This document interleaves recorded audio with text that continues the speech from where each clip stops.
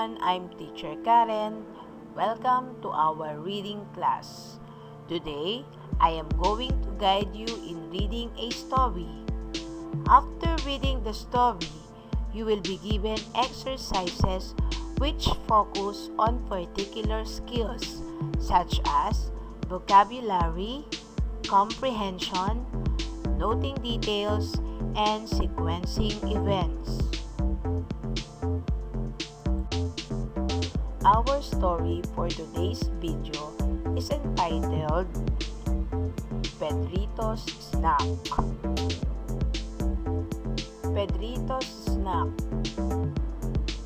The bell rang.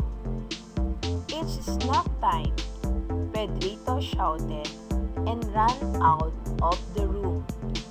He sat on a bench under a tall tree. In Pedrito's lunch bag were 3 soft buns. He got the first one and took a bite. Said Pedrito. Just then, a sparrow sat on the bench. It was looking at him. Pedrito didn't mind. He went on and finished his bun. Then Petrito got his second bun. He took a big bite and said, The sparrow was still looking at him. It also moved closer, but still, Pedrito did not mind. He went on and finished his bun. Finally, Pedrito got his last bun. He was about to take a bite when the sparrow flew up to his shoulder. Pedrito smiled, cut the bun into 2, and said to himself, I think someone also likes bread and butter.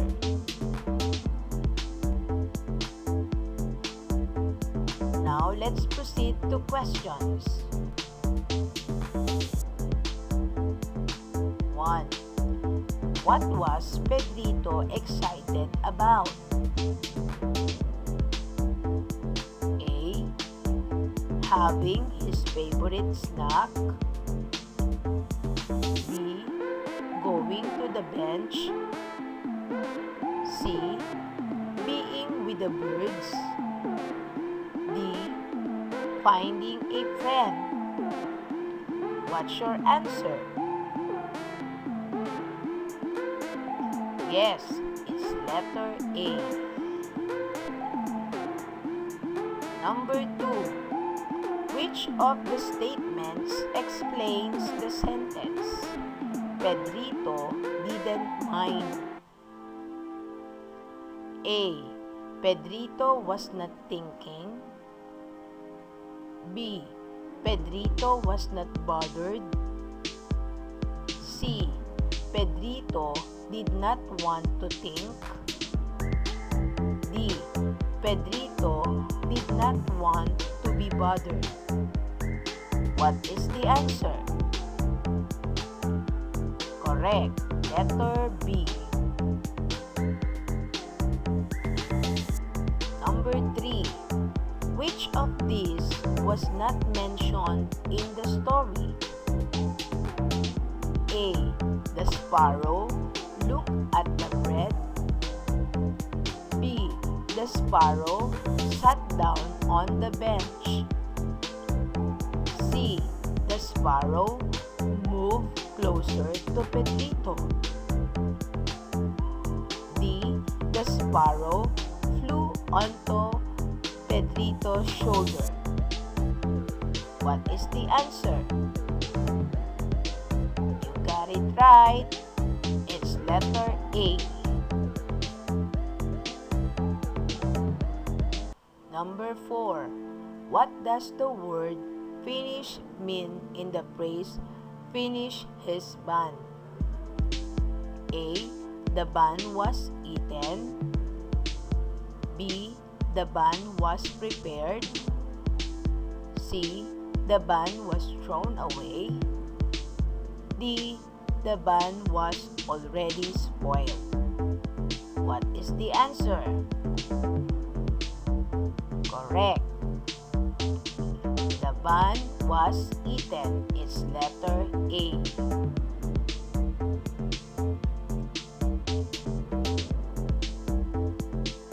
Fine. Why was the sparrow looking at him? A. It wanted to be a pet. B.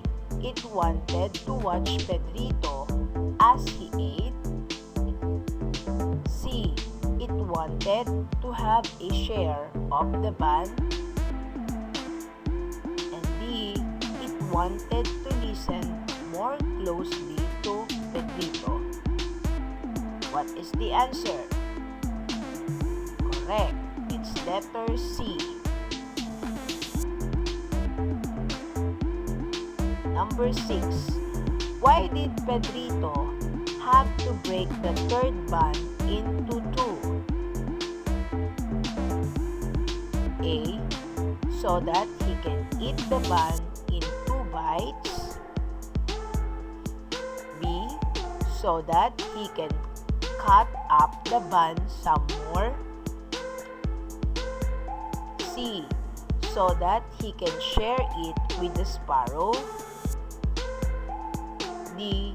So that he can save the other half for later. What is the answer? You got it right. It's letter A.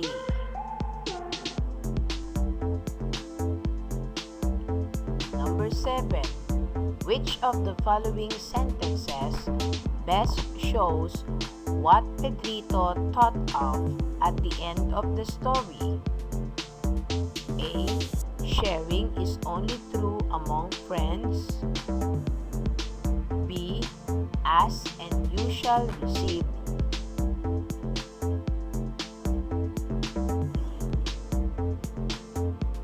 C. One good turn deserves another.